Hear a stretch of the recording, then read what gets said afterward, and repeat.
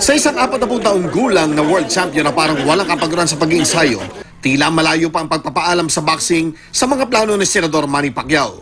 Sa kanilang paunang pagkikita ni Adrian Bronner ay ipinahayag ng pambansa kamao na lalaban pa siya hanggang sa 2021. Paano nga ba nananatiling tila mas sariwa pa sa edad na 40 ang natatanging 8 Division World Champion? Yan ang natutunan natin sa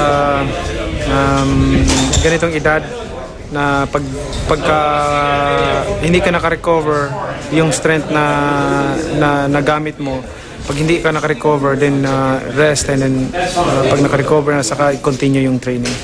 Ang papasok na linggo ay huling bahagi na ng paghahanda ni Senador Pacquiao para sa kanyang depensa sa Enero 19. At gaya ng kanyang nakagawian, ay nagbigay ng kumpiyansang kahandaan ang pambansang kamao para sa kanyang nalalapit na laban. Ready naman tayo. Ready na. Chino Trinidad Acututo, 24 Oras.